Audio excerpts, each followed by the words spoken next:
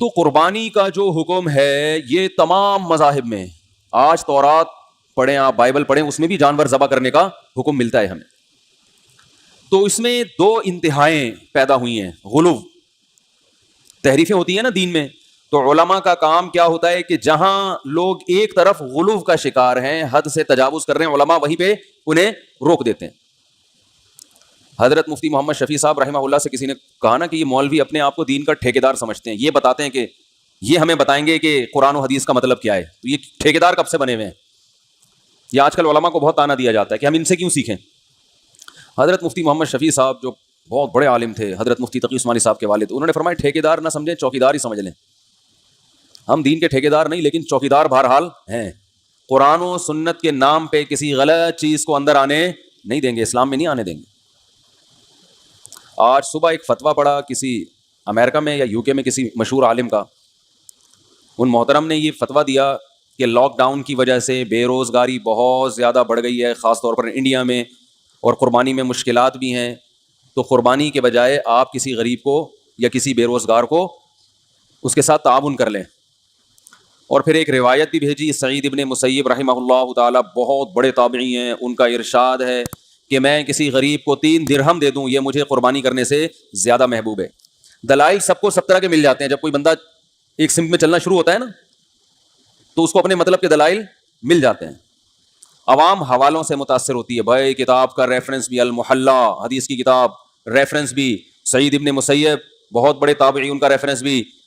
تو کمنٹس میں لوگوں نے بڑا اپریشیٹ کیا ان کو، ماشاءاللہ زندہ باد. تو مجھے وہ امریکہ سے کسی نے بھیجا کہ بھائی یہ کیا ہے. تو میں نے کہا اللہ کے بندو، پہلے انہی سعید ابن مسیب کا دوسرا قول بھی دیکھ لو مصنف عبد الرزاق میں. اس میں وہ فرماتے ہیں لأن اضحی بشاۃ احب الی من ان اتصدق ب100 درہم، میں ایک بکری ذبح کر دوں بقرعید والے دن، یہ مجھے زیادہ محبوب ہے کہ میں 100 درہم صدقہ کروں. ایک حدیث میں 3 درہم کا مقابلہ اور ایک بکری سے، اور اس میں 3 درہم کو وہ کہہ رہے ہیں زیادہ بہتر ہے. دوسری حدیث میں 100 درہم کو بھی کہہ رہے ہیں کہ یہ قربانی سے بہتر نہیں ہے. تو یہ والی ہے تو وہ والی بھی تو ہے. دوسری بات یہ کہ آپ کیا حضرت سعید ابن مسیب کے مقلد ہیں کہ ان کا ایک رائے سامنے آ گئی، آپ نے فوراً قربانی کا فلسفہ ہی سارا چینج کر دیا. سب سے پہلے رسول اللہ صلی اللہ علیہ وسلم کا عمل، 10 سال آپ صلی اللہ علیہ وسلم نے قربانی کی ہے، حالانکہ اس وقت غربت جس انتہا کو پہنچی ہوئی تھی، آج ہم لاک ڈاؤن کے باوجود اس کا تصور نہیں کر سکتے. خود نبی کے گھر میں 40 دن چولہا نہیں جل رہا ہوتا تھا، آج ہم اس کا تصور نہیں کر سکتے. اور پھر رسول اللہ صلی اللہ علیہ وسلم کے بعد صحابہ، تابعین سب قربانی کیا کرتے تھے. چند ایک سے مروی ہے کہ انہوں نے نہیں کی، مگر وہ صحابہ غریب تھے، مسکین تھے. جیسے حضرت ابو بکر اور عمر رضی اللہ عنہما، ان کے بارے میں روایات میں آتا ہے کہ یہ قربانی نہیں کیا کرتے تھے. اور آگے الفاظ ہیں کراہۃ ان یقتدی بہما، اس بات کے خوف سے کہ لوگ ان کی پیروی نہ شروع کر دیں. تو بعض حضرات نے اس بات کو دلیل کے طور پہ پیش کیا ہے کہ قربانی کرنا واجب نہیں ہے، کیونکہ ابو بکر و عمر نے باقاعدہ جان کر نہیں کی، اور وجہ یہ بیان کی جا رہی ہے کہ لوگ ان کی پیروی شروع نہ کر دیں، کہ اگر وہ قربانی کرتے تو لوگ ان کی پیروی کرتے نا. حدیث کا یہ مطلب نہیں ہے جو آپ سمجھ رہے ہیں. حضرت ابو بکر اور عمر انتہائی مسکینی کی حالت میں دنیا سے گئے ہیں. آپ ان کے خلیفہ ہونے کو نہ دیکھیں، آپ ان کی غربت کو دیکھیں. جس خلیفہ کے 10 15 پیون کپڑوں میں لگے ہوتے ہوں، ان کے پاس قربانی کے پیسے ہوں گے؟ بولو بھائی.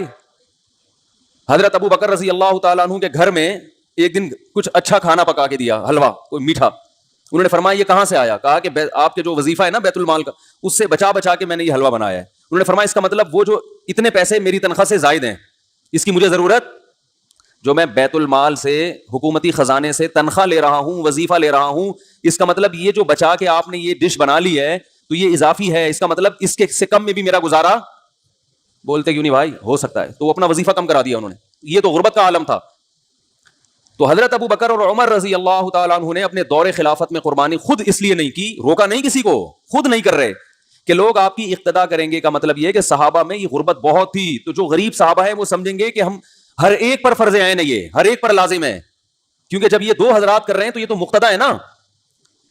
تو جن کے گھر میں کھانے کو روٹی نہیں ہے، جو بےچارے مٹی سے ملا دیا بھوک نے ان کو، وہ بھی بےچارے قرضے لے لے کے مجبور ہو کے کریں گے. تو اس خوف سے حضرت ابو بکر اور عمر نے نہیں کی, ورنہ یہ ممکن ہے کہ ایک چیز نبی صلی اللہ علیہ وسلم نے پابندی سے کی ہو, 10 سال تواتر سے کیا ہو ایک عمل, اور حضرت ابو بکر اور عمر باقاعدہ نہ کر کے لوگوں کو ترغیب دیں کہ نہیں کیا کرو. یہ عملی طور پر ممکن ہے کیا؟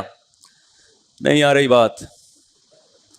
خلفائے راشدین تو سنت پہ حریص تھے, جو کام نبی نے کیا وہ تو لوگوں کو اور زیادہ ترغیب دیتے تھے. تو صاف پتہ چلتا ہے کہ آپ یہ چاہتے ہیں کہ لوگ غریب پہ قربانی کو واجب, بولو بھائی, نہ سمجھیں, اور ہم بھی یہی کہتے ہیں کہ غریب آدمی پر قربانی واجب نہیں ہے, یہ مالداروں کا کام ہے.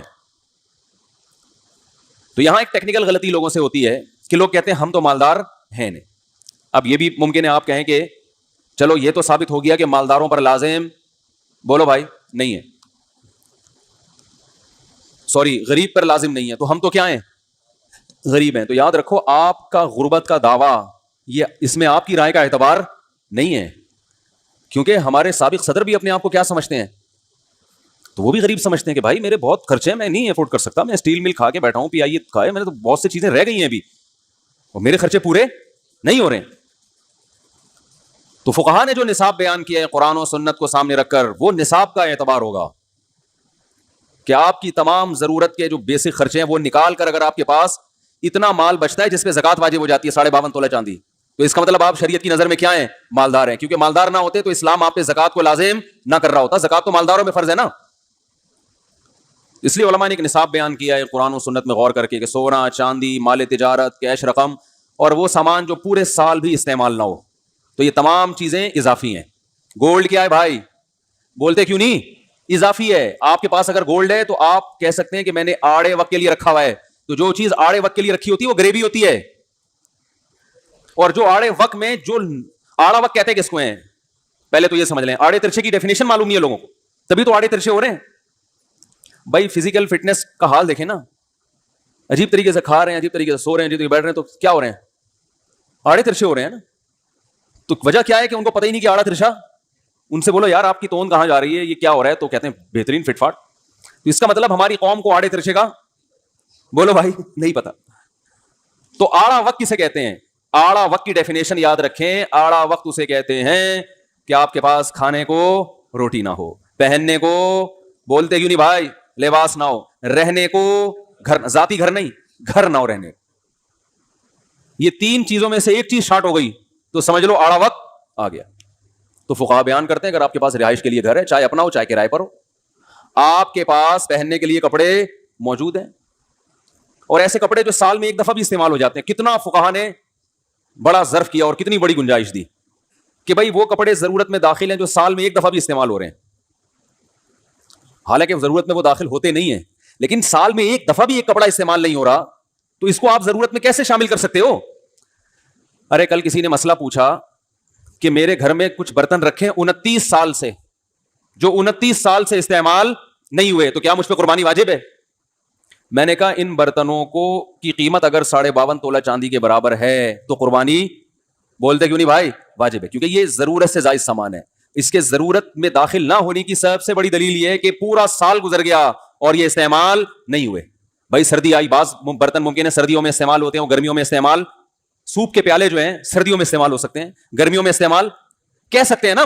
بہت ہی لینڈ لارڈ اگر زندگی بھی دیکھی جائے نا, بہت ہی لگژری لائف بھی دیکھی جائے جو لینڈ لارڈ کی ہوتی ہے, اس کے حساب سے بھی کم از کم سال میں ایک دفعہ تو برتن کا استعمال ہو جانا چاہیے نا.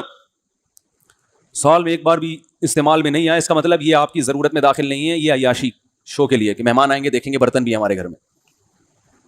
تو میں نے کہا 29 سال سے جو برتن رکھے ہوئے ہیں ان کو عجائب گھر میں آپ جمع کرا دیں, ٹکٹ لگا دیں آثار قدیمہ کے برتن, اور اس پہ لکھ دیں کہ یہ وہ برتن ہے جس میں قائد اعظم کو ہم نے چائے پلائی تھی.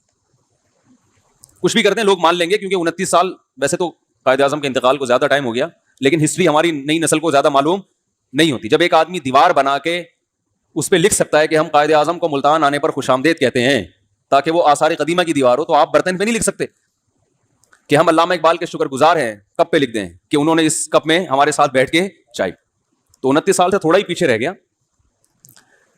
تو آڑا وقت کا مطلب کھانے کو روٹی نہ ہو, پہننے کو لباس نہ ہو, رہنے کو, بولو بھائی, گھر نہ. پھر بھی فقہا نے اور مزید وسعت کی ہے کہ وہ چیز جو سال میں ایک بار بھی استعمال نہیں ہو رہی تو وہ ضرورت میں داخل نہیں ہے. وہ اضافی ہیں. تو اضافی چیزوں پہ قربانی ہوتی ہے.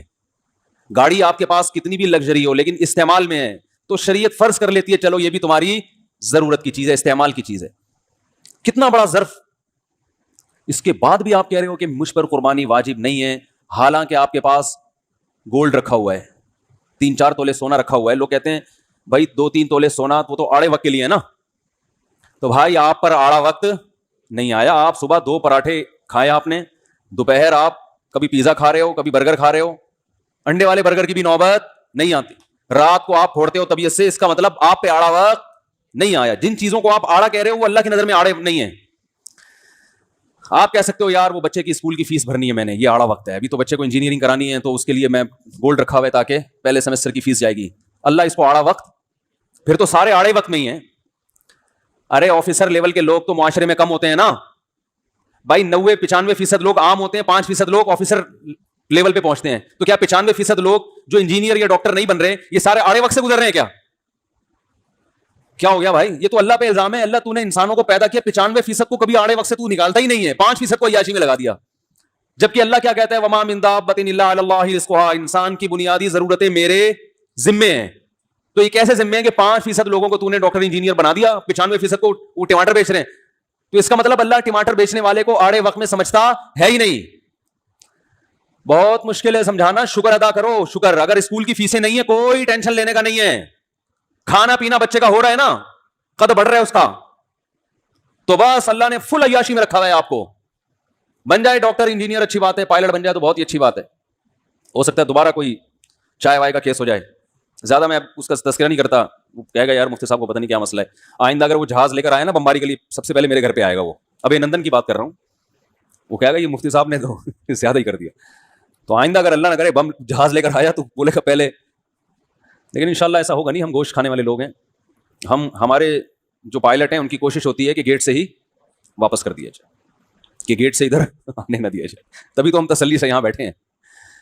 تو ادھر چلا گیا نا تو سارا بقرعید کا ٹاپک چینج ہو جائے گا. کچھ ٹاپک ایسے ہوتے ہیں جس میں آدمی کو خود دلچسپی ہوتی ہے نا, تو اس میں ایک دم ٹون ہی چینج ہو جاتی ہے. تو یہ ٹاپک بھی انہی ٹاپکس میں سے ایک ہے, لیکن ابھی میں جان کر واپس آ رہا ہوں کہ بقرعید کا سارا موضوع نہ خراب ہو جائے گا. تو بھائی جلدی سے بات کو سمیٹتا ہوں. اللہ کرے آج مختصر وقت میں جامع باتیں کہنے کی اللہ توفیق دے دے. تو 52 تولہ چاندی کے برابر اگر میرے بھائی کسی کے پاس رقم ہے, یا ضرورت سے زیادہ سامان ہے, یا اضافی چیز ہے, وہی جو ضرورت سے زیادہ سامان, یا کرنسی ہے, نوٹ ہے, یا چاندی ہے, یا سونا ہے, تو اس پہ قربانی واجب ہو جائے گی. البتہ 52 تولہ چاندی میں 50-55 ہزار کی ہے. البتہ اس 50-55 ہزار کی مالیت اگر آپ کے پاس ہے تو اس میں سب سے پہلے قرضہ مائنس کرنا ہے. 50 ہزار کا قرضہ, 50 ہزار 55 ہزار موجود ہے لیکن قرضہ 1 لاکھ کا ہے, تو قربانی واجب بولو بھائی نہیں ہوگی. کیوں نہیں ہوگی؟ شریعت کہتی ہے پہلے جس کا قرضہ ہے اس کے پیسے واپس کرو. ٹھیک ہے نا.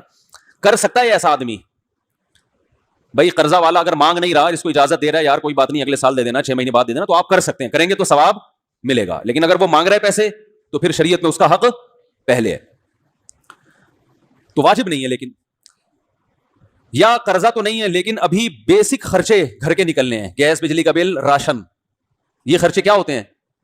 یہ بیسک خرچے ہوتے ہیں نا. تو یہ خرچے آپ نے کیا کرنے ہیں؟ نکالنے ہیں. کیونکہ آپ 50-55 ہزار ہیں اور ایک بکرا لے آیا 25 ہزار کا, اور پتہ چلا کہ نہ گیس بجلی کا بل دینے کے قابل رہے نہ گھر کے راشن کے, تو بیگم بولے گی بکرا خود ہی کھا لو, پکائیں گے کس میں اس کو. تو یہ بھی استطاعت نہیں ہے, اس کی علامت ہے کہ اس میں استطاعت نہیں ہے. تو یہ بیسک خرچے نکال کے بھی اگر 52.5 تولہ چاندی کے برابر رقم بچتی ہے تو پھر آپ بآسانی قربانی کر سکتے ہیں. اور حدیث کا یہی مطلب ہے, صحیح حدیث ہے, من وجد سعۃ لأن یضحی فلا یضحی فلا یقربن مصلانا, جس کے پاس گنجائش تھی قربانی کی, اب گنجائش ہو گئی نا آپ کے پاس, اب اس میں یہ نہیں دیکھنا بچے کو انجینئرنگ کروانی ہے تو اس کے NED کے پیسے جائیں گے, پھر تو میرے بھائی کبھی بھی کسی بھی چیز کی استطاعت ہو ہی نہیں سکتی, کیونکہ پھر آگے یہ بھی سوچنا ہے پھر بچے کی شادی بھی کرانی ہے, اس کے اتنے پیسے جائیں گے, پھر بچے کی اگر ولادت ہوئی اور بچے کے پاس پیسے نہ ہوئے تو پوتے کے خرچہ بھی اٹھانا ہے, پھر بچے کو اگر مستقبل میں بزنس کی ضرورت ہوئی, ڈاکٹر بن گیا, اپنی کلینک کھولنے کی ضرورت ہوئی, تو طارق روڈ میں کلینک بھی کھول کے دینی ہے, 2 کروڑ اس کے مائنس کر دو, پھر تو دنیا میں کوئی بھی کام آپ پر لازم نہیں ہوگا. اس لیے بس کھانا پینا لباس یہ ہے, باقی سب گریبیاں ہیں, باقی سب کیا ہیں؟ گریبیاں. تو اب کیا ہے کہ آپ نے یہ سارے خرچے نکالے, دیکھا بھائی ابھی بھی پیسے بچ رہے ہیں, تو نبی نے فرمایا جس کے پاس سیاتن بھی ہے ساعتن بھی ہے, سیاتن زیادہ بہتر ہے یا سیاتن یہ اس وقت ذہن میں نہیں ہے, تو جس کے پاس گنجائش تھی قربانی کی اور اس نے قربانی نہیں کی, وہ ہماری عیدگاہ کے قریب بھی مت پھٹکے. اور قربانی کے لازم ہونے کی ایک اور دلیل یہ بھی ہے کہ آپ صلی اللہ علیہ وسلم نے فرمایا جس نے عید کی نماز سے پہلے قربانی کی وہ گوشت ہے، وہ قربانی نہیں ہے، اسے چاہیے کہ وہ نماز کے بعد دوبارہ کرے۔ اگر یہ محض ایک مستحب عمل ہوتا تو آپ دوبارہ کرنے کا حکم دیتے؟ کہتے چلو ویسے بھی نفل چیز تھی، نیت کا ثواب تمہیں مل گیا ہے۔ ایک صحابی نے علم نہ ہونے کی وجہ سے بقرعید سے پہلے قربانی، نماز عید سے پہلے قربانی کر دی، تو آپ صلی اللہ علیہ وسلم نے فرمایا، انہوں نے کہا ان کو آپ نے اجازت دے دی کہ تمہارے لیے کافی ہے، تمہارے بعد کسی اور کے لیے کافی نہیں ہوگی۔ تو کافی نہ ہونا اس کی علامت ہے کہ یہ حکم معمولی حکم نہیں ہے۔ اور قرآن میں اللہ نے فَصَلِّ لِرَبِّكَ وَانْحَرْ، اپنے رب کے لیے نماز بھی پڑھیں، وَانْحَرْ، اور قربانی بھی کریں۔